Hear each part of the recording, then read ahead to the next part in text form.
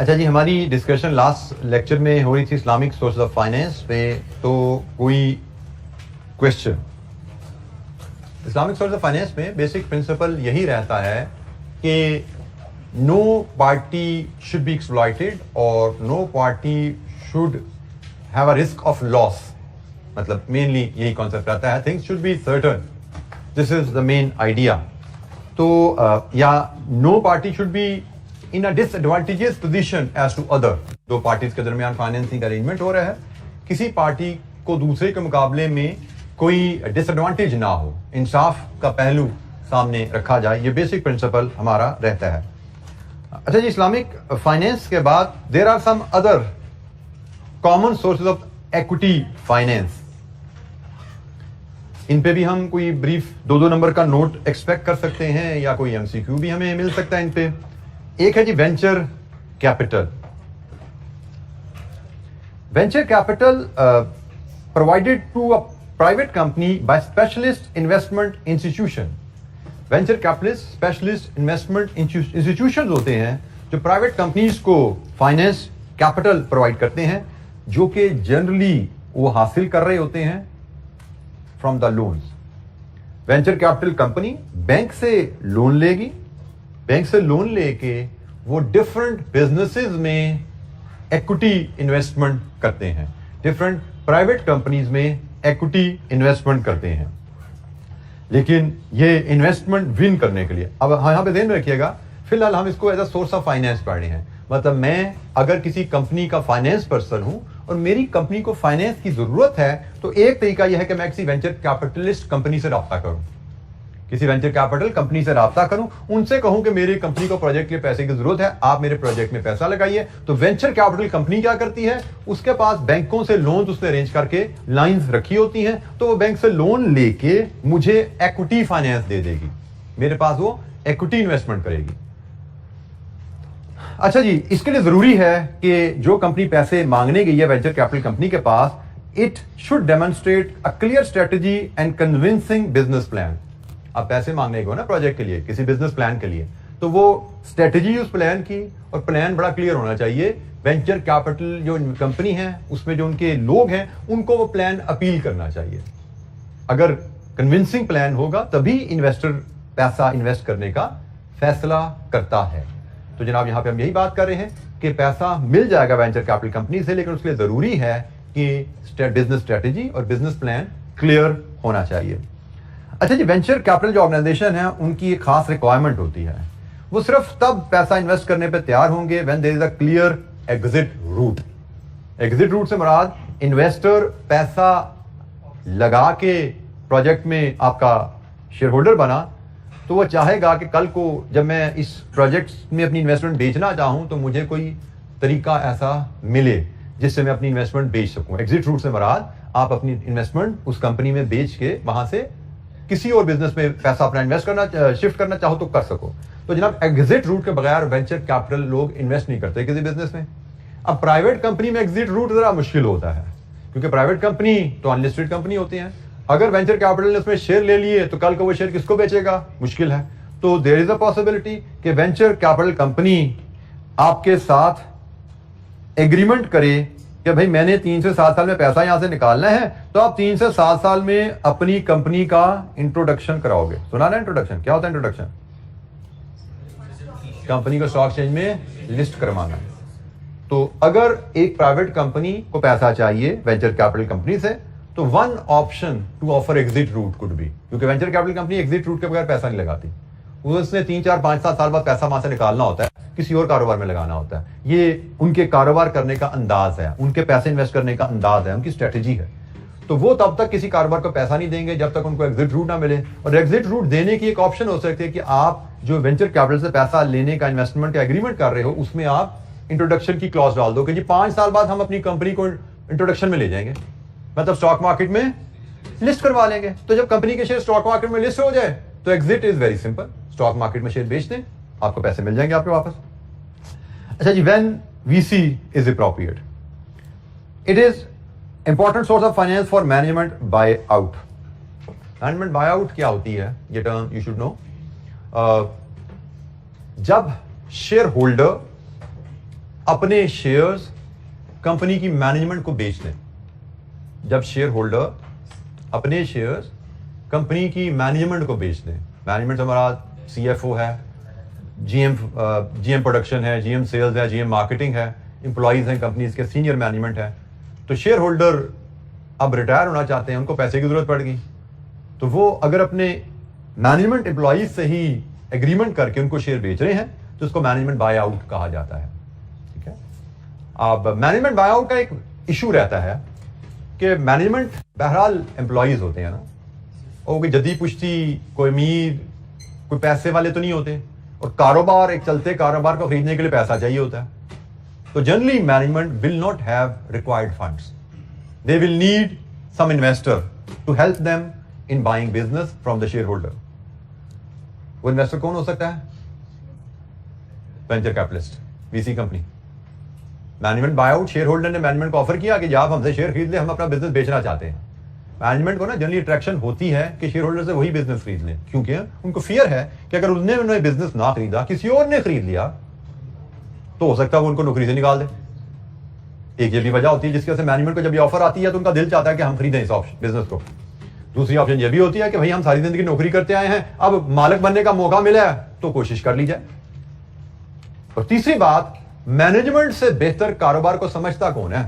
Already 5-5, 8-8, 10-10 साल से वहां बैठे काम कर रहे हैं, तो उनको ये भी होता है कि हम तो कारोबार को बड़ी अच्छी तरह समझते हैं, हमें तो पता है कारोबार कितना प्रॉफिटेबल है, so that's why they want to buy that business. पैसा लेके नहीं होता उनके पास, सो पैसा चाहिए, VC company management buy out को सपोर्ट करती है। Can provide finance to take young private companies to next level. जो यंग प्राइवेट कंपनीज, जो नया जिन्होंने कारोबार शुरू किया है, उनके लिए बड़ा यूजफुल फाइनेंस होता है, क्योंकि जो छोटी कंपनीज, नए कारोबार होते हैं, उन पे ट्रेडिशनल जो फाइनेंसिंग मेथड्स होते हैं उसके थ्रू इन्वेस्टर उनको पैसा नहीं देता। फॉर एग्जांपल, आप कहो जी मैं नया बिजनेस है, मैं इस बिजनेस में एक्सपेंशन लाना चाहता हूं, मुझे कहीं से बैंक से लोन ले लूं, मैं bank will not give you loan. नया बिजनेस है, रिस्की बिजनेस है, हमने नहीं देना जी लोन। सो ऐसी कंपनीज के लिए भी VC फायदामंद रहता है। VC एक अहम सोर्स है, क्योंकि VC जो है ये रिस्की इन्वेस्टर होते हैं, और नए बिजनेस में पैसा डालना रिस्की काम है ना, ये है ही रिस्की इन्वेस्टर, ये रिस्क सीकर हैं, ये रिस्क लेके ज्यादा रिटर्न का चांस लेना चाहते हैं, क्योंकि जाहिर बात है रिस्की बिजनेस में पैसा लगाते हो, high risk high return, return भी ज्यादा आती है। May provide cash to startups but this is less likely, मतलब नया कारोबार शुरू करने के लिए भी पैसा दे सकते हैं, but this is less likely. Normally VC वहीं पे पैसा देते हैं जहां पे कारोबार शुरू हो चुका है, इनिशियल फेजेस में है, और उसको कहीं ट्रेडिशनल सोर्स ऑफ फाइनेंस से पैसा नहीं मिल रहा, तो ये एक नॉन ट्रेडिशनल कह लीजिए थोड़ा सा सोर्स ऑफ फाइनेंस होता है, VC वेंचर कैपिटल। 2 नंबर का नोट हमें इस पे आ सकता है, business angels. Business angels are wealthy individuals.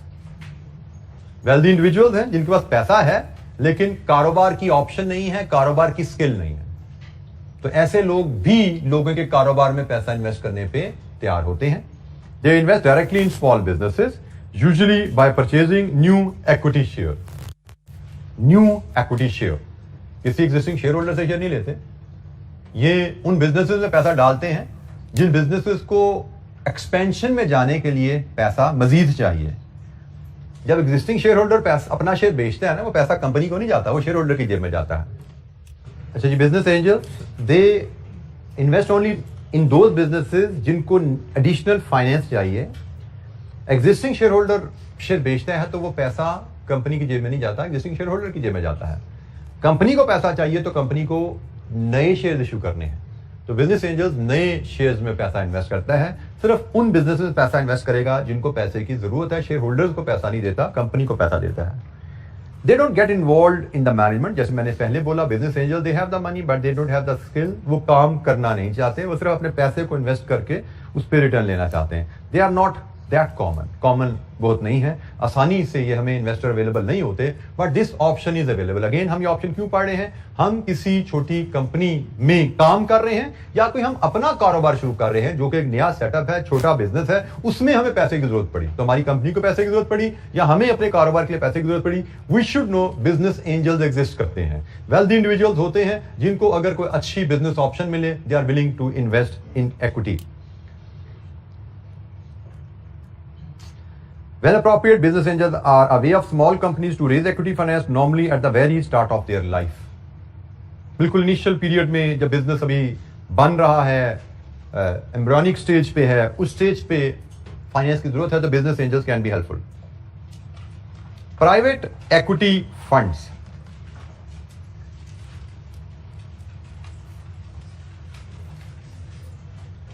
अच्छा ये भी एक प्रोफेशनल ऑर्गेनाइजेशन होती है, ऑर्गेनाइजेशंस होती हैं प्राइवेट इक्विटी फंड, जिन्होंने इन्वेस्टर से फाइनेंस रेज करके एक पूल बनाया होता है। इनका काम क्या है कि बिजनेसेस जिनको पैसे की जरूरत है उनको फाइनेंस देना, इक्विटी इन्वेस्टमेंट देना, but they generally buy reasonably large stake in somewhere mature business. ये स्टार्टअप्स वगैरह में नहीं जाते, जैसे हमने पीछे पढ़ा वेंचर कैपिटल इनिशियल फेजेस में है, बिजनेस एंजल इनिशियल फेज पे। ये प्राइवेट इक्विटी फंड ऐसे बिजनेस में नहीं जाते, ये ऐसे बिजनेस में जाते हैं जो जरा मैच्योर बिजनेस है और उसमें रीजनेबली लार्ज स्टेक लेते हैं। लार्ज स्टेक कुड बी 30% और मोर, 30% और मोर। ये कैसे काम करेंगे? There are different ways in which they may work, लेकिन इनका टिपिकल स्टाइल जो होता है प्राइवेट इक्विटी फंड्स का, they would like to buy majority control of an existing and mature business, and they will try to enhance its value by eliminating inefficiencies or driving growth. कोई एक चलता हुआ business, उसका एक majority control ये लेना चाहेंगे, ये मेजोरिटी कंट्रोल एक चलते बिजनेस का लेना चाहेंगे, कंट्रोल मतलब मैनेजमेंट में शामिल होना चाहेंगे। ये इनका मकसद क्या होगा कि हम मैनेजमेंट में शामिल हों और बिजनेस शायद जो लोग चला रहे हैं, मैनेजमेंट जो है इसकी शायद उतनी प्रोफेशनल नहीं है। हम with our experience we can remove inefficiencies from the business and we can put the business on the growth track. तो जब ये एक बिजनेस खरीदते हैं, जाहिर बात है बिजनेस जब खरीदा जाता है तो उसकी जो हालत होती है उसके हिसाब से कीमत दी जाती है। फिर ये उसकी मैनेजमेंट में आएंगे, उस बिजनेस की हालत को बेहतर कर देंगे, बिजनेस को ग्रोथ के ट्रैक पर डाल देंगे। तो जब आपने एक शेयर 20 रुपए का खरीदा, उसमें से इनएफिशिएंसीज हटाई अपनी मैनेजमेंट स्किल की वजह से, उसके फ्यूचर प्लान्स ऐसे डेवलप करके इंप्लीमेंट किए कि वो ग्रोथ ट्रैक पे आ गया 6 महीने, साल, 2 साल में, तो वो 20 रुपए का शेयर बढ़ के कहीं 40 पे चला जाता है, क्योंकि बिजनेस की वक्त के हिसाब से, बिजनेस के अर्निंग पोटेंशियल के हिसाब से, बिजनेस के फ्यूचर ग्रोथ के हिसाब से उसकी शेयर की प्राइस होती है। तो जनाब इनका काम क्या है कि इस तरह बिजनेस को ऊपर लेके जाते हैं और उसके बाद its view is to realise the investment, पैसे कमा लेते हैं। कैसे? Possibly by breaking the investment into smaller parts. This could be possibly है, जरूरी नहीं कि ऐसा ही करें, वो अपने शेयर्स हायर वैल्यू पे बेच के भी अपनी इन्वेस्टमेंट रियलाइज करते हैं। अदरवाइज ऐसा भी बात करते हैं कि बिजनेस के सेगमेंट बना देते हैं कि जो बिजनेस खरीदा था उसमें product A B C 3 products बनती थी, तो प्रोडक्ट बिजनेस को बनाया, उसमें से इनएफिशिएंसी रिमूव की, उसको ग्रोथ के ट्रैक पर डाला और प्रोडक्ट ए किसी पार्टी ए को बेच दिया, प्रोडक्ट बी का बिजनेस पार्टी बी को बेच दिया, प्रोडक्ट सी का बिजनेस पार्टी सी को बेच दिया। तो वो शायद इस तरह होता क्या है कि जो उन्होंने शेयर 100 रुपए के खरीदे होते हैं वो इस तरह करके डबल ट्रिपल पे पैसे रियलाइज कर लेते हैं। तो this is how private equity funds they work. अच्छा, यहां पे एक टर्म यूज की गई है लेवरेज्ड बायआउट की। बायआउट का मतलब बिजनेस खरीदना होता है और लेवरेज्ड बायआउट का मतलब कि बिजनेस की कीमत देते हुए लोन का इस्तेमाल भी किया जाता है। तो यहां पे जो उसने लिखा है private equity funds leveraged buyout transaction में जाते हैं, मतलब वो बिजनेस खरीदते हैं, मेजॉरिटी शेयर्स बिजनेस के खरीदने में इंटरेस्टेड है, लेकिन बाद औक़ात वो शेयर्स खरीदते हुए लोन का इस्तेमाल भी करते हैं। लेवरेज्ड का मतलब लोन की मदद से, बायआउट का मतलब बिजनेस को खरीदना, जैसे वो मैनेजमेंट बायआउट था ना, मैनेजमेंट का बिजनेस को खरीदना, ये लिवरेज बायआउट है, लोन की मदद से बिजनेस को खरीदना। कुछ अपने पैसे भी हैं लेकिन लोन की भी मदद है। तो ये जनाब प्राइवेट इक्विटी फंड्स की कहानी है। ये कब यूज किए जाते हैं? Private equity fund will take 30% and appoint directors. You should be prepared. अगर आप किसी कंपनी में हो जिसको प्राइवेट इक्विटी फंड से पैसा लेने की जरूरत है तो आपको पता होना चाहिए वो लार्ज स्टेक लेंगे, 5-10% शेयर नहीं लेते। दूसरा, वो अपने बोर्ड पे आपके बोर्ड पे डायरेक्टर अपॉइंट करेंगे, मतलब वो मैनेजमेंट का हिस्सा बनना चाहेंगे। सो प्राइवेट इक्विटी फंड से पैसा चाहिए तो यू शुड बी प्रिपेयर्ड कि आपके बोर्ड में उनके नुमाइंदे आके बैठेंगे और आपके बोर्ड में मैनेजमेंट को वो 7 क्वेश्चन भी करेंगे, उनको मॉनिटर भी वहां बैठ के करेंगे। इट्स नॉट सिंपली कि पैसा देके वो घर बैठ के भूल गए, वो पैसा भी देंगे और खुद भी आके आपके कारोबार के ऊपर बैठेंगे। It is a method to raise equity finance where company is not allowed to do so from the market. तो अगर मार्केट से ट्रेडिशनल सोर्स आप रेज नहीं कर सकते फाइनेंस, बहरहाल ये एक ऑप्शन है। ठीक है, उनके बंदे आपके आके बोर्ड पे बैठते हैं, but they are there to support you in the management. अब वो आप पे है कि आप इस सपोर्ट को इंटरफेरेंस समझोगे या इसको हेल्प समझोगे। तो अगर आप इसको हेल्प समझते हो then this could be a good option, इसको इंटरफेरेंस समझते हो then this is not the option जिससे आपको फाइनेंस रेज करना चाहिए। जी एनी क्वेश्चन, कोई सवाल? जी बेटा।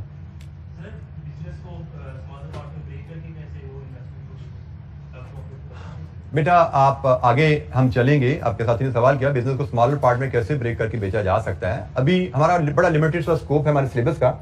ये सिलेबस आपके सामने सही ट्रू शेप में ओपन अप होगा C5 4 में। बिजनेस को स्मॉलर पार्ट्स में ब्रेक करना,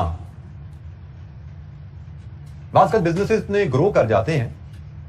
आपने शुरू किया था, छोटा सा बिजनेस था, 1 प्रोडक्ट थी, 2 प्रोडक्ट थी, 3 प्रोडक्ट कर ली, फिर तीनों प्रोडक्ट्स ग्रो करते करते इतनी बड़ी हो गई हैं कि वो एक अम्ब्रेला के तहत उनको मैनेज करने में दिक्कत आनी शुरू हो जाती है बास का। तो इट लुक्स फिजिबल कि इनको 3 टुकड़ों में 3 अलग-अलग कंपनियां बना दी जाए। ए लिमिटेड बना के प्रोडक्ट ए का बिजनेस उसको ट्रांसफर कर दिया जाए। अकाउंटिंग रिपोर्टिंग लीगल साइड क्या है उस पर हम नहीं जाते। बी लिमिटेड बना के प्रोडक्ट बी का बिजनेस उसको ट्रांसफर कर दिया जाए। सी लिमिटेड बना के प्रोडक्ट सी का बिजनेस उसको ट्रांसफर कर दिया जाए और एबीसी लिमिटेड जो पुरानी कंपनी थी वो बंद हो जाए। तो अब एबीसी लिमिटेड बंद होगी है, ए लिमिटेड एक कंपनी बन गई, बी लिमिटेड दूसरी बन गई, सी लिमिटेड तीसरी बन गई, तीनों के अलग-अलग सीईओज हैं। और शायद एबीसी लिमिटेड के शेयर होल्डर थे वो सारे ही ए बी सी तीनों में शेयर होल्डर थे, लेकिन अब ये 3 छोटी कंपनीज बन चुकी हैं। पहले एबीसी लिमिटेड एक बड़ी कंपनी थी, अब ये 3 छोटी कंपनीज बन गई हैं। तो कॉर्पोरेट कैसे इनको चेंज किया जाता है, लीगल साइड जैसे मैंने कहा, अकाउंटिंग साइड, उस पर हम नहीं जा रहे, हमारा स्कोप नहीं है, बट बड़े बिजनेसेस को छोटे कंपोनेंट्स में डिवाइड किया जाता है। और जब छोटे कंपोनेंट में डिवाइड कर दिया तो उनको बात का आप कोई ए बेचना चाहो तो ए बेच दो, बी बेचना चाहो तो बी बेच दो, सी बेचना चाहो तो सी बेच दो, तीनों कंपनीज बेचना चाहो तो तीनों कंपनीज बेच सकते हो। लेकिन एबीसी जब एक कंपनी है तो वो बड़ी कंपनी है, बड़ी कीमत है उसकी, उसको बेचना मुश्किल होता है। तो ये भी एक रीजन होती है कि बड़ी कंपनी को बेचना मुश्किल है, उसके ग्राहक कम मिलते हैं, छोटी कंपनी का ग्राहक मिल जाते हैं। तो आप बड़ी प्रोडक्ट, जैसे बड़ी कंपनी, आप मार्केट में गए, आपने कहा जी मुझे 150 चाहिए, वो कहेंगे 150 तो हमारे पास नहीं, 100 ले लो। आपने उसके 3 हिस्से किए, आपने 3 हिस्से किए, 50 50 50। अब आपने 50 की कंपनी ऑफर की, हो सकता है 45 में सौदा हो जाए आपका, हो सकता है 40 में हो जाए। फिर 50 की कंपनी ऑफर की, 40 45 में सौदा हो गया। फिर तीसरी 50 की ऑफर की, 40 45 में सौदा हो गया। तो पहले जब इकट्ठी थी 150 मांग रहे थे आप, कोई नहीं दे रहा था, 100 से ऊपर कोई जा नहीं रहा था। अब 3 सेगमेंट हो गए हैं तो शायद 40-40 करके आपने 120 की बेच दी तीनों कंपनीज। तो स्मॉलर सेगमेंट्स में you are able to fetch better prices. जी बेटा, बिल्कुल, हमने कहा वो कंपनी जो ट्रेडिशनल सोर्स से फाइनेंस नहीं ले सकते। अगर कोई लिस्टेड कंपनी आपकी, फिर तो आप आईपीओ से पैसा ला सकते हो ना, क्योंकि वो तो वो ऑप्शन ओपन है। हम तो उन बिजनेसेस की बात कर रहे हैं जो ट्रेडिशनल सोर्स से फाइनेंस रेज नहीं कर सकते। ये सारे सोर्सेज उन्हीं की हमने बात की है। हमने वीसी बात की, वो उन्हीं कंपनीज की है। हमने बिजनेस एंजल्स की बात की, हमने प्राइवेट इक्विटी फंड की बात की। ये उन्हीं कंपनीज के लिए इक्विटी ऑप्शन है जो ट्रेडिशनल मेथड से इक्विटी फाइनेंस रेज नहीं कर सकते। जी कोई सवाल? जी बेटा।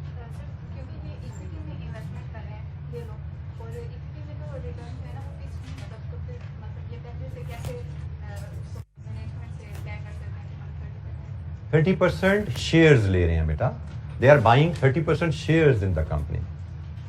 ठीक है, तो कंपनी जो भी मुनाफा कमाएगी, जो भी कमाएगी, जब शेयर्स इनके पास 30% है तो कंपनी के मुनाफे में भी इनका 30% हिस्सा होगा। They are not demanding return, 30% return नहीं है, 30% शेयर्स की बात हो रही है। जी एनी अदर क्वेश्चन? लिवरेज्ड का मतलब लोन की मदद से।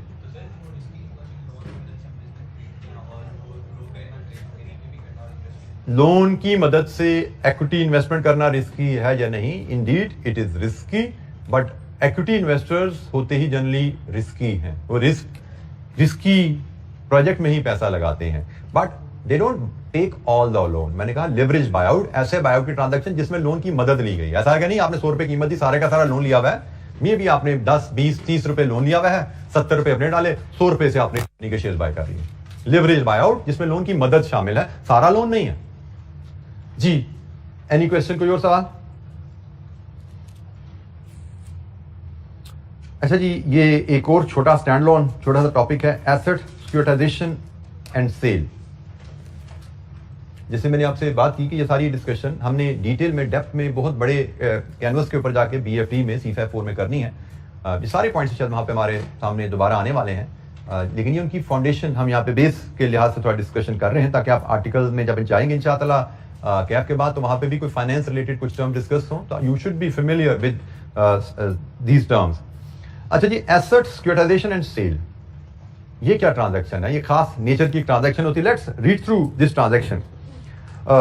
कन्वर्जन ऑफ एग्जिस्टिंग, होता क्या है इसमें जी? Conversion of existing assets into marketable security, existing asset को मार्केटेबल सिक्योरिटी में कन्वर्ट करना, this is known as asset back securitisation.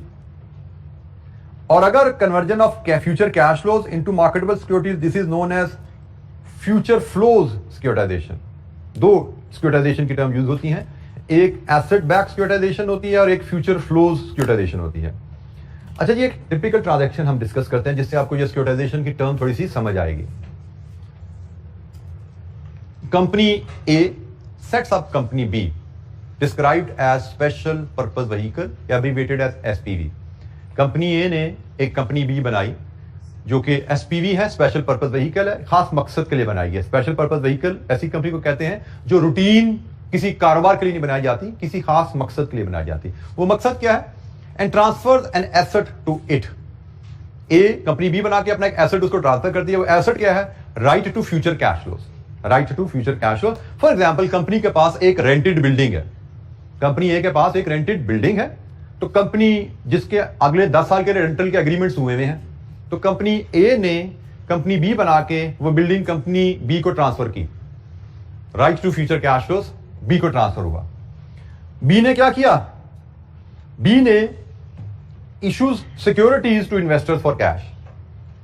B के पास जब बिल्डिंग आई तो बी इन्वेस्टर के पास गई, से डेट इन्वेस्टर के पास गई और उनको कहा जी मैं टीएफसी डिवेंचर इशू करना चाहती हूं, तो आप मुझे से 10 करोड़ दीजिए, मैं उस पर सालाना आपको 8% इंटरेस्ट रिटर्न मिलेगी आपको।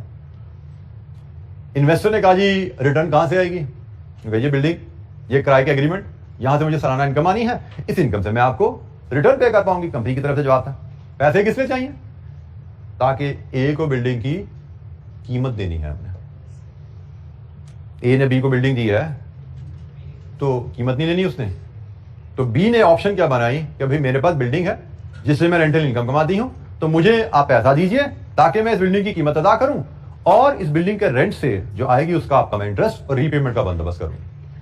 जनाब, ये बी ने क्या किया? These investors are then entitled to benefit that will accrue from the asset that is rent of the premises in our example.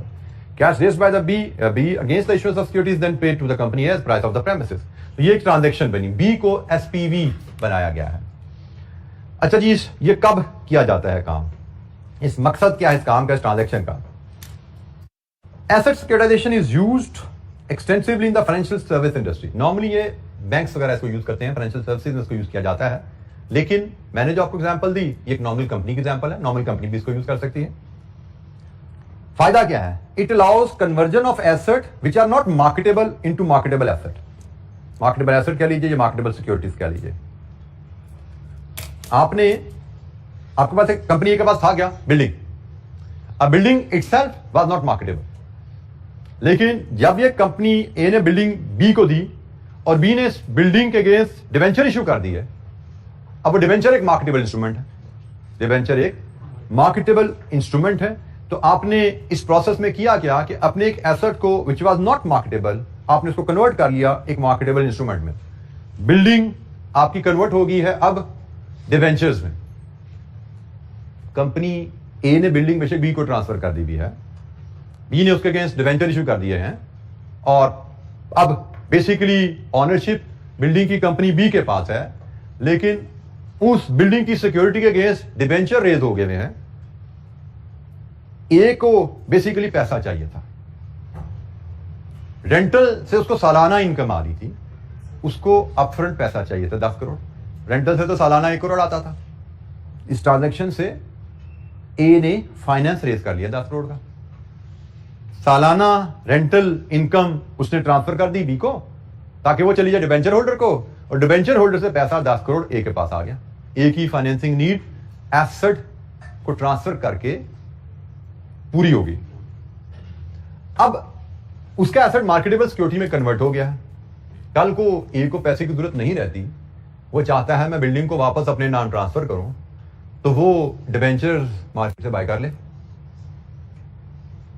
और मैच्योरिटी पे बी से हिसाब किताब कर ले अपना, बिल्डिंग वापस अपने नाम लेना चाहे तो ले सकता है। तो बिल्डिंग भी देखा जाए तो बी के पास है, जो कि बेसिकली एक ही कंपनी है ना, तो बिल्डिंग की ऑनरशिप भी सिक्योर्ड है और बिल्डिंग को वापस लेना भी कोई मसला नहीं। जब पैसे होंगे मार्केट से उसके डेट को रिडीम करके बिल्डिंग को रिलीज करवा के बिल्डिंग पे वापस आ जाएगी और फिलहाल कैश फ्लो नीड भी आपकी पूरी होगी।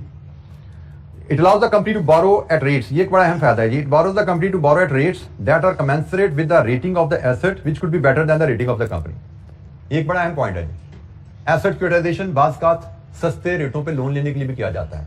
एक आर्गुमेंट आप में से कोई ये भी दे सकता था कि ए खुद भी तो डिबेंचर इशू कर सकती थी, बिल्डिंग तो ए के पास पड़ी हुई है ना, बिल्डिंग ए के पास थी, ए खुद भी चाहती तो बिल्डिंग बी को बेचने की बजाय अपने पास बिल्डिंग थी यहीं से डिबेंचर ऑफर कर देती कि बिल्डिंग ये खड़ी हुई है तो इसमें मुझे पैसे चाहिए, ये बिल्डिंग आपको सिक्योरिटी में देता हूं, मुझे पैसे दीजिए जी, आप इस बिल्डिंग के रेंट से मैं आपको इनकम पे कर दूंगा, ये पैसे मैंने प्रोजेक्ट वाई में लगाने हैं। ए खुद भी ऑफर कर सकती थी, लेकिन ए की इस ऑफर में मसला क्या होना था, इन्वेस्टर ने सोचना था कि ए के पास बिल्डिंग तो है लेकिन ए हमसे पैसा ले किस लिए रहा है, प्रोजेक्ट एक्स वाई जेड में लगाने के लिए। तो कल को अगर प्रोजेक्ट एक्स वाई जेड में ए को नुकसान हो गया तो हमें रीपेमेंट नहीं कर पाएगा, ए डिफॉल्ट में जाएगा, ए डिफॉल्ट में जाएगा तो बिल्डिंग हमें कोर्ट के थ्रू बेचनी पड़ेगी, हमारे खर्चे भी होंगे, डिले भी होंगे, नुकसान भी होगा। लेंडर थोड़ा घबराएगा लोन देते हुए ए को, क्योंकि लेंडर लोन दे रहा है ए को और ए के और भी कारोबार हैं जिसमें नुकसान का अंदेशा है। लेंडर को रिस्क नजर आता है ए को लोन देने में, लेकिन जब ए वही बिल्डिंग बी को ट्रांसफर करे, अब लेंडर की सोच क्या है कि भाई बी को किस लिए लोन चाहिए, बिल्डिंग खरीदने के लिए। बी कहां से पैसे देगा, बिल्डिंग के रेंटल से। बी के कारोबार में कोई रिस्क है, बी का कारोबार तो सिर्फ एक रेंटल का है ना, तो रेंटल के कारोबार में तो कोई रिस्क नहीं है, तो बी की कंपनी को तो फ्यूचर में नुकसान होने का कोई अंदेशा ही नहीं है। तो बी जो बात कर रहा है वो विदाउट, उसके चांसेस हैं कि वो उसको ऑनर कर पाएगा, क्योंकि उसके पास कोई ऐसा रिस्क नहीं है, कोई ऐसा बिजनेस नहीं है जिसमें उसको कोई पैसे डूबने का अंदेशा हो। वही बिल्डिंग ए के पास थी, इन्वेस्टर ए को देखते पैसा देते हुए हिचकिचा रहा था, क्योंकि ए के पास और भी कारोबार हैं, ए ने दूसरे बिजनेस से और भी कर्जे लिए हुए हैं। हम ये पहले ही बात कर चुके हैं सोर्स ऑफ फाइनेंस में, कि पहले ही कर्जे लिए हुए हैं, पहले भी ए ने पता नहीं किस किस बैंक के पैसे देने हैं, तो हमें भी पैसा मांग रहा है, ठीक है बिल्डिंग है, रेंट है, लेकिन कंपनी तो ए ही है ना, तो ए जब डिफॉल्ट करेगी तो सारा का डिफॉल्ट हो जाएगा, हमारा भी हो जाएगा। लेकिन यही जब बिल्डिंग बी के पास ट्रांसफर हो जाती है तो अब वही बिल्डिंग है, वही ए की ओनरशिप में है, लेकिन सेपरेट एंटिटी है। अब इन्वेस्टर सिक्योर फील कर रहा है कि भाई बी के पास तो बिल्डिंग है, बस एक ही कारोबार है, उसी के लिए हम पैसे दे रहे हैं, उसी की इनकम से हमें पैसा वापस आएगा, तो इन्वेस्टर सिक्योर फील करता है। यही चीज यहां पे लिखी गई है कि it allows company to borrow at rates that are commensurate with the rating of the asset. Building की वजह से लोन मिल रहा है, बिल्डिंग की बेसिस पे लोन मिल रहा है, उसका रेट अच्छा हो सकता है, जबकि कंपनी की रेटिंग खराब हो सकती है, कंपनी में पैसा डूबने का खतरा है। इस बिल्डिंग में पैसा डूबने का खतरा नहीं है। बिल्डिंग जब तक ए के पास है तो आप ए को लोन दे रहे हो, बिल्डिंग जब बी के पास चलेगी तो आप बिल्डिंग के लिए सिर्फ बी को लोन दे रहे हो, पैसा सिक्योर हो जाता है, अच्छे रेट पे, कम इंटरेस्ट रेट पे लोन मिल जाता है। जी बेटा,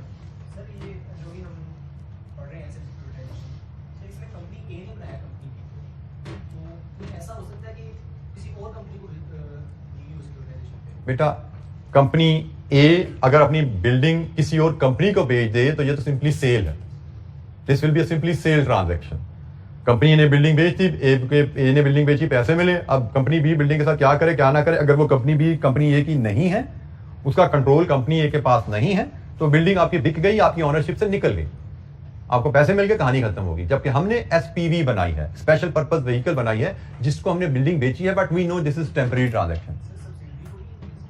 बेटा सब्सिडरी है, B is a subsidiary of A, लेकिन आप कह रहे हैं किसी और को बेच दो, आपकी चीज, आपने मुझे चीज बेच दी, मैं उसके साथ क्या करूं, इस पे आपका कोई इख्तियार नहीं है।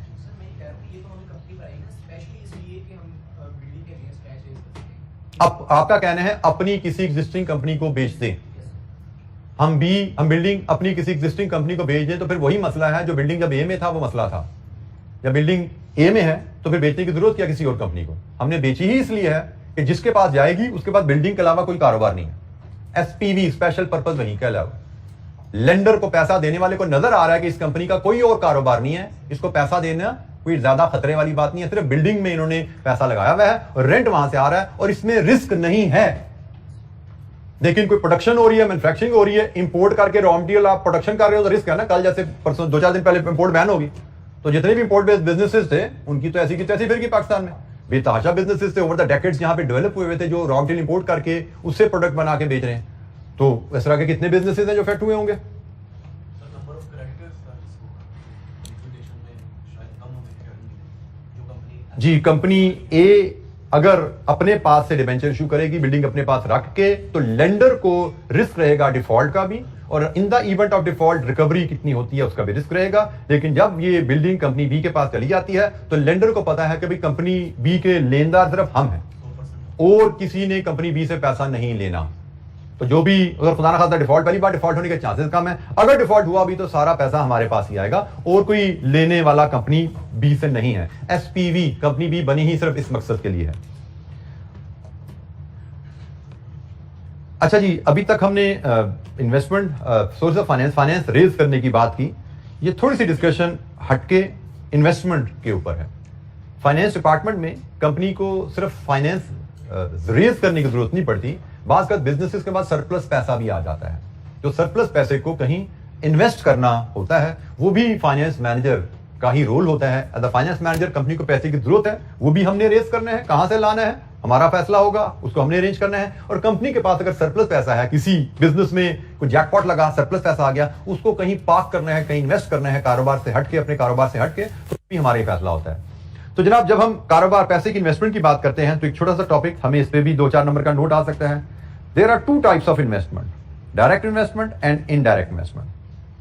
डायरेक्ट इन्वेस्टमेंट में investor own all or part of an asset, directly asset खरीदते हो। फॉर एग्जाम्पल, आपने पैसा लगाना है तो आप बिल्डिंग खरीद लो, आप एक बिल्डिंग खरीद लो, आपका सरप्लस पैसा है, आपने कहा जी हम एक छोटा सा प्लाजा ये खरीद लेते हैं, दिस इज डायरेक्ट इन्वेस्टमेंट। सारा खरीद लो, या आपको लगा प्लाजा ज्यादा है, मेरे पास आधे पैसे हैं, तो दोस्त से मिलकर पार्टनरशिप में ले लो, 50-50% पैसा डाल के ले लेते हैं। तो आप all or part of asset खरीदो, this is called direct investment. Indirect investment क्या है कि आप बिल्डिंग नहीं खरीदते, वो बिल्डिंग जिस कंपनी की ऑनरशिप में है उस कंपनी में शेयर खरीद लेते हो। वो बिल्डिंग कंपनी एक्स लिमिटेड की है, एक्स लिमिटेड के पास एक नहीं 6 बिल्डिंग्स हैं, एक्स लिमिटेड ने 6 बिल्डिंग्स खरीद के किराए पे दी भी हैं। तो आपने बिल्डिंग लेकर किराए पे देनी थी ना, तो आपने कहा जी मैं अपनी बिल्डिंग खरीदने के मेरे पास पैसे नहीं है, तो मैं एक्स लिमिटेड के शेयर ले लेता हूं। पूरी बिल्डिंग खरीदने के पैसे नहीं है, एक्स लिमिटेड के शेयर ले लेता हूं। तो अगर मैं एक्स लिमिटेड का शेयर होल्डर हूं और एक्स लिमिटेड बिल्डिंग्स की मालिक है, तो इनडायरेक्टली मैंने पैसा बिल्डिंग में लगा दिया ना। This is called indirect investment, कि आप investor gains exposure to the risk and rewards of an underlying asset without actually owning it. Building की ओनरशिप डॉक्यूमेंट देखोगे, उसमें मेरा नाम नहीं है, उसमें एक्स लिमिटेड का नाम है, लेकिन बिल्डिंग के रिस्क एंड रिवॉर्ड्स का असर मेरे तक पहुंचेगा क्योंकि एक्स लिमिटेड का शेयर होल्डर मैं हूं। बिल्डिंग का कोई एप्रिसिएशन है वैल्यू की, उसका फायदा मेरे तक आएगा थ्रू एक्स लिमिटेड।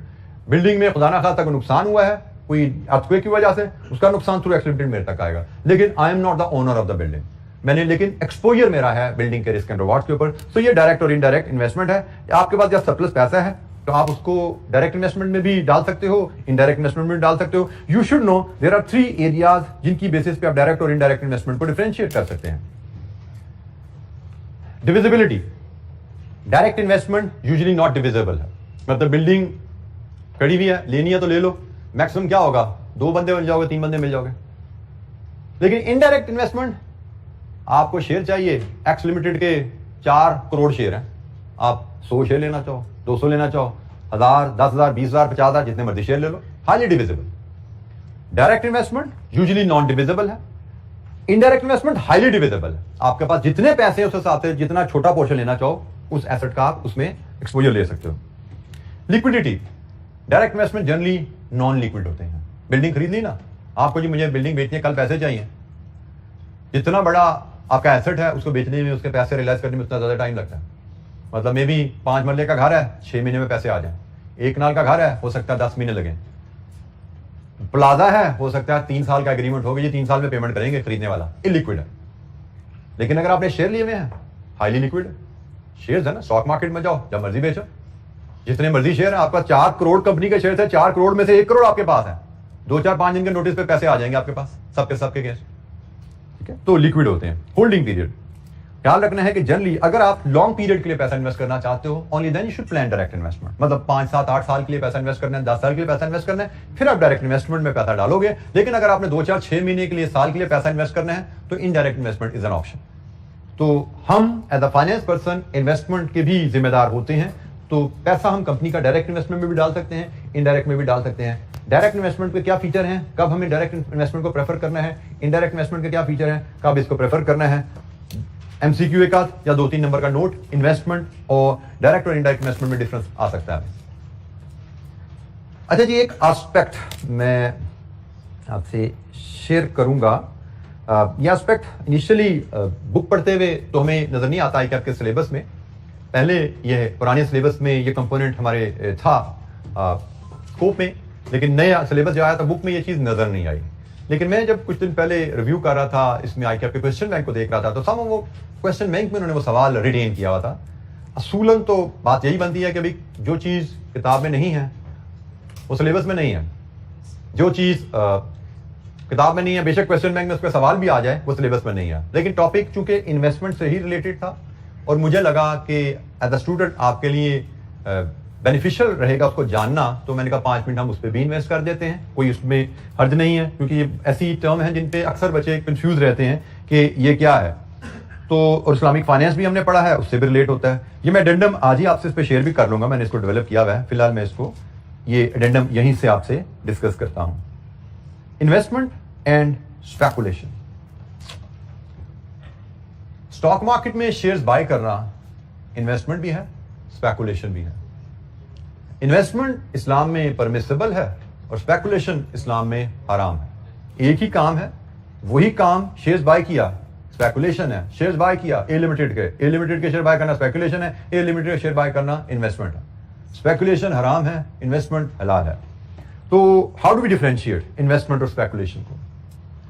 इन्वेस्टमेंट आप तब शेयर बाय करने को कहेंगे जब आपने इन्वेस्टमेंट पैसे लॉन्ग टर्म के लिए इन्वेस्ट किए हैं, आपने बाय किया है मे बी 5 साल 7 साल के लिए, कि आज शेयर खरीदा है 5 साल बाद बेचेंगे, वी कॉल इट इन्वेस्टमेंट। आज आपने शेयर खरीदा है इसलिए कि मैंने कल बेचने हैं, दिस इज स्पेकुलेशन। खरीदे लिमिटेड के शेयर हैं इस नियत से कि कल बेचने हैं या 2 घंटे बाद बेचने हैं, मुनाफे के लिए चांस लिया आपने, तो दिस इज स्पेकुलेशन। आज खरीदे हैं इसलिए कि 5 साल के लिए पैसे मेरे पास अवेलेबल है, मैंने 5 साल के लिए इन्वेस्ट कर दिए, 5 साल तक इस कारोबार से जो मुनाफा आएगा वो मैं एंजॉय करना चाहता हूं, this is investment. Attitude toward risk. जब आप इन्वेस्टमेंट कर रहे हैं तो आप रिस्क न्यूट्रल कहलाते हैं, लेकिन जब आप स्पेकुलेशन कर रहे हैं तो आप रिस्क सीकर हैं। रिस्क न्यूट्रल क्या है? वो इन्वेस्टर जो सोच समझ के नाप तोल के डिसीजन ले, वो रिस्क न्यूट्रल कहलाएगा। रिस्क सीकर क्या है? जो सोचे समझे बगैर छलांग मार दे। जैसे अगर आप कंपनी ए में शेयर ले रहे हो 5 साल के लिए, आपने क्या काम किया होगा? आपने कंपनी ए के पिछले 5-7 सालों की परफॉर्मेंस स्टडी की होगी, पिछले 5-7 सालों में इसने कितना मुनाफा कमाया, कितनी रिटर्न देती है ये। फिर आपने सिर्फ पास्ट ही स्टडी किया होगा, आपने उस कंपनी के फ्यूचर के बारे में भी जानने की कोशिश की होगी, कंपनी के फ्यूचर प्लान्स क्या हैं, कंपनी किस रेट से ग्रो करना चाह रही है, कोई नया प्रोजेक्ट भी ला रही है। आपने प्रॉपर स्टडी की होगी कंपनी की, और स्टडी करने के बाद रिस्क को वे करके फिर पैसे डाले कंपनी में। ये कैसे आपने फैसला किया 2 घंटे के लिए कि आपके एक दोस्त का फोन आया था, यार मैं उधर से गुजर रहा था, मैंने सुना इसकी कीमत बढ़ने वाली है, तू भी ले ले। आपने फटाफट शेयर बाय कर लिया। कल तक इसकी कीमत 2 रुपए बढ़ जाएगी, आपने फौरन कहा जी मेरे लिए दो इसके 1000 शेयर 2000 शेयर बाय कर लो। कोई रिसर्च नहीं, कोई कुछ नहीं, आपने सिर्फ एक फोन कॉल आई थी कहीं से उड़ते उड़ते, आपने बात सुनी थी कि जिस शेयर की कीमत बढ़ने वाली, क्यों बढ़ने वाली आपको पता ही कोई नहीं, आपने वे ही नहीं किया क्या वजह है शेयर की कीमत क्यों बढ़ेगी, आपने बगैर सोचे समझे छलांग मार दी। अब आपको नहीं पता, बड़े ऊपर भी जा सकती नीचे भी जा सकती, that's why it is called speculation. कि आपने इसको वे नहीं किया कि क्या वाकई ही इससे आपको अच्छी रिटर्न आने वाली है, यहां पे आप वे कर रहे हो, यहां पे आप वे नहीं कर रहे, सुनी सुनाई बात पे चल पड़े हो। तो इसलिए हम कहते हैं ये इन्वेस्टर जो स्पेकुलेशन करते हैं वो रिस्क सीकर होते हैं। लिक्विडिटी, जब आप इन्वेस्टमेंट कर रहे हो, क्योंकि 5-7 साल के लिए पैसा इन्वेस्ट करते हो, तो यू आर नॉट इंटरेस्टेड कि इन्वेस्टमेंट बहुत ज्यादा लिक्विड हो, थोड़ी सी लेस लिक्विड होगी तो भी गुजारा हो जाएगा। मतलब आपने आज बेचने का फैसला किया, बेचने में 5-10 दिन भी लग जाएंगे तो कोई मसला नहीं, आप तो 5-7 साल के लिए ले रहे हो ना शेयर। लेकिन जब आप स्पेकुलेशन कर रहे हो, तो जो लोग स्पेकुलेशन करते हैं they are interested in very liquid share, कि अभी फैसला किया तो विद इन मिनट्स वो शेयर बिक जाए हमारा मार्केट में, क्योंकि आपने लिया 2 घंटे के लिए था, 24 घंटे के लिए था। तो जिस शेयर को बेचने में ही 6 दिन लगने या 10 दिन लगने, वो कैसे आप स्पेकुलेशन में बाय कर सकते हैं? सो स्पेकुलेशन में ओनली यू बाय शेयर्स जो कि फौरन बिकते हैं। वॉलेटिलिटी से मुराद कीमत में उतार चढ़ाव। जनरली जो इन्वेस्टमेंट में आप शेयर्स बाय करते हो उनमें जो उतार चढ़ाव है वो कम होता है। और जो स्पेकुलेटर्स होते हैं वो विदाउट नेसेसरली नॉलेज पैसा लगाते हैं, और पैसा लगाते ही जनरली उन शेयर में जिनमें उतार चढ़ाव ज्यादा होता है। उतार चढ़ाव ज्यादा होगा तो फायदा मिलेगा ना। अगर कीमत में उतार चढ़ाव ही नहीं आता तो 2 घंटे में कीमत कैसे बदलेगी? कीमत में वो कहते हैं ना घड़ी तोला माशा जो होती है, वो अगर तोला माशा चलेगा तो उतार चढ़ाव कीमत में आएगा, और उतार चढ़ाव आएगा तो मुनाफा कमाओगे आप। लेकिन अगर कीमत हिलती नहीं अपनी जगह से तो 2 घंटे में, 4 घंटे में, 6 घंटे में, 20 घंटे में क्या कमाओगे? क्योंकि कमाई तो होती है खरीदा कम रेट पे, बेचा महंगे रेट पे। तो महंगे रेट पे कब बेचोगे? जब कीमत बढ़ेगी। तो कीमत तो तभी बढ़ेगी ना जब उसमें हिलजुल होगी। तो जनाब ये भी चीज देखी जाती है। इन्वेस्टमेंट जिन प्रोजेक्ट्स में, जिन शेयर्स में पैसा लगाया जाता है, जिन कारोबार में पैसा लगाया जाता है, जनरली यहां पे वो कारोबार लो या मॉडरेट रिस्क के होते हैं। जबकि स्पेकुलेशन में जिन कारोबार को चुना जाता है, जिन कारोबार के शेयर लिए जाते हैं, वो कारोबार हाई रिस्क होते हैं। Low risk, moderate risk businesses, necessity based businesses generally low risk businesses समझे जाते हैं, और लग्जरी बेस्ड आइटम्स के बिजनेसेस जनरली हाई रिस्क समझे जाते हैं। बिल्कुल सिंपल वर्ड्स में अगर डिफरेंशिएट करूं, जो नेसेसिटी बेस्ड बिजनेसेस होते हैं उनमें भी इनकम में उतार चढ़ाव आता है, लेकिन उनमें उतार चढ़ाव के चांसेस कम होते हैं। लेकिन जो लग्जरी बेस्ड बिजनेसेस होते हैं उनमें भी इनकम में उतार चढ़ाव आएगा, लेकिन उतार चढ़ाव के चांसेस ज्यादा होते हैं। जैसे अभी हमने देखा इंपोर्ट बैन हुई, तो इंपोर्ट बैन हुई किन आइटम्स की? लग्जरी आइटम्स की। तो ऐसे बिजनेसेस जो लग्जरी आइटम्स की इंपोर्ट बेस्ड बिजनेसेस में थे, उनकी इनकम की ऐसी की तैसी फिर गई। लेकिन ऐसे बिजनेसेस जो नेसेसिटी बेस्ड बिजनेसेस आइटम्स के बिजनेस में थे और इंपोर्ट कर रहे थे, दे रिमेन प्रोटेक्टेड, वो बचे रहे। तो उतार चढ़ाव इनकम में आए, इसको वॉलेटिलिटी कहा जाता है। सो इन्वेस्टमेंट कर रहे हैं तो इन्वेस्टमेंट करते हुए जनरली आप ऐसे बिजनेसेस चुनते हो जिनमें रिस्क, उतार चढ़ाव इनकम में कम है, और वॉलेटिलिटी करते हुए आप ऐसे बिजनेसेस चुनते हो जिनमें उतार चढ़ाव थोड़ा सा निस्बतन ज्यादा है। एक्सपेक्टेड रिटर्न, क्योंकि यहां पे रिस्क लो मॉडरेट है तो रिटर्न भी आप मॉडरेट एक्सपेक्ट कर रहे होते हो, और यहां पे चूंकि आप रिस्क हाई ले रहे होते हो तो रिटर्न भी आप हाई की उम्मीद लगा के बैठे होते हो। रिटर्न आती कहां से है? हमें पता है इन्वेस्टमेंट से रिटर्न 2 सोर्सेस से आती है, एक रेगुलर सालाना रिटर्न और एक कैपिटल गेन। शेयर में डिविडेंड और कैपिटल गेन दोनों होती हैं, और डिवेंचर में भी हमने पढ़ा था इंटरेस्ट एंड कैपिटल गेन बन जाता है वहां पे। सो जो तो इन्वेस्टमेंट होती हैं इनमें दोनों इनकम आएंगी, इनमें एनुअल रिटर्न भी आएगी और कैपिटल एप्रिसिएशन भी मिलेगी। वेयर एज स्पेकुलेशन में आप सिर्फ कैपिटल एप्रिसिएशन में इंटरेस्टेड हो, क्योंकि एनुअल रिटर्न लेने के लिए तो साल से ज्यादा शेयर रखोगे तो रिटर्न आएगी। तो यहां पे लिखा लिया आपने 2 दिन, 4 घंटे, 6 दिन के लिए शेयर लिया, यहां पे आपको सालाना रिटर्न क्या मिलनी है? यहां पे आपको सिर्फ कैपिटल गेन मिलता है। And the last basis for investment choice, जैसे मैंने ऊपर एक्सप्लेन किया, केयरफुल रिसर्च है, और यहां पे इंट्यूशन है, र्यूमर है, चार्ट है, मतलब सम रिसर्च, मतलब रैंडम रिसर्च को कहते हैं, बेसिक रिसर्च आप जरूर कह सकते हैं, बट केयरफुल रिसर्च इंडीड यहां पे नहीं है। तो ये जी कुछ बेसिक डिफरेंस है। इस पे बाद में मुझे लगता है कि इस पे पास पेपर में क्वेश्चन पुरानी स्कीम में आया भी हुआ है, इसलिए मैंने इसको डिस्कस कर लिया कि बाद हमारा जो पेपर सेंटर होता है उससे, क्योंकि ये आईकेआर ने क्वेश्चन बैंक में भी ये टॉपिक दे दिया, पास पेपर में ये टेस्ट भी हुआ है, आल्दो टेक्स्ट बुक में ये हमारे नहीं है, और मैं लेकिन क्योंकि 5 मिनट की बात है मैंने कर लिया। तो ये 7-8 पॉइंट है, आपको अगर 3-4 पॉइंट भी याद रह जाएंगे कि इन्वेस्टमेंट स्पेकुलेशन में क्या फर्क है, डेफिनेशन, और 3-4 पॉइंट भी याद रहेगा तो हमारे इस पेपर के स्कोप के हिसाब से काफी है। हमारे पेपर में 2-3-4 नंबर से ज्यादा इस पे हमें नहीं आएगा। 3-4 पॉइंट, 4 नंबर के लिए 3-4 पॉइंट्स काफी हैं, हमने 8 यहाँ पे डिस्कस किए। जी बेटा क्वेश्चन। डे ट्रेडिंग स्पेकुलेशन है, सुबह खरीदा शाम को बेचा, स्पेकुलेशन है, this is called day trading. जी speculation is not permissible in Islam. अच्छा ये आज के लिए इतना ही, बाकी इंशाल्लाह कल हम डिस्कशन अपनी कैरी रखेंगे। हमें कल 1-2 छोटे से इसके पास पेपर के क्वेश्चन है, एडेंडम आपसे शेयर कर लूंगा आज, उसमें ये क्वेश्चन भी 1-2 आ जाएंगे इसके पास पेपर के बॉन्ड वैल्यूएशन से रिलेटेड, हमें पास पेपर में क्वेश्चन आए हैं तो वो हम कवर कर लेंगे। और कल से इंशाल्लाह हम नया चैप्टर जो है कॉस्ट ऑफ कैपिटल का, उस पर बात शुरू करेंगे। स्पेकुलेशन में रियल ट्रांजैक्शन बिल्कुल होती है बेटा, ऐसा नहीं कि फिजिकली आप वहां पे जाके शेयर्स खरीदते, पैसे देके शेयर्स लेते हो। ये शेयर्स की ट्रांजैक्शन ऑनलाइन रिकॉर्ड हो जाती है, आपके डिजिटल लेजर्स होते हैं उसमें रिकॉर्ड हो जाती है। यस ट्रांजैक्शन हैपन, आपके पैसे आपके अकाउंट से कट जाते हैं और अकाउंट में आपके शेयर्स ट्रांसफर की एंट्री डल जाती है।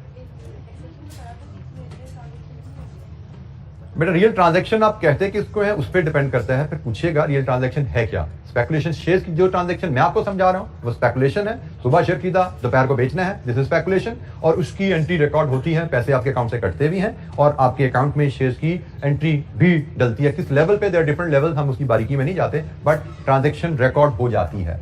अब रियल ट्रांजैक्शन टैक्सेशन में किसको कहा जाता है, या आप अगर वहां से पूछ लें, वो शायद किसी और स्पेकुलेशन ट्रांजैक्शन को रेफर कर रहे हैं, because this is not the only speculation transaction, there are so many types of speculation transaction. मैंने तो एक ट्रांजैक्शन की बात की है, उसमें ट्रांजैक्शन होती है।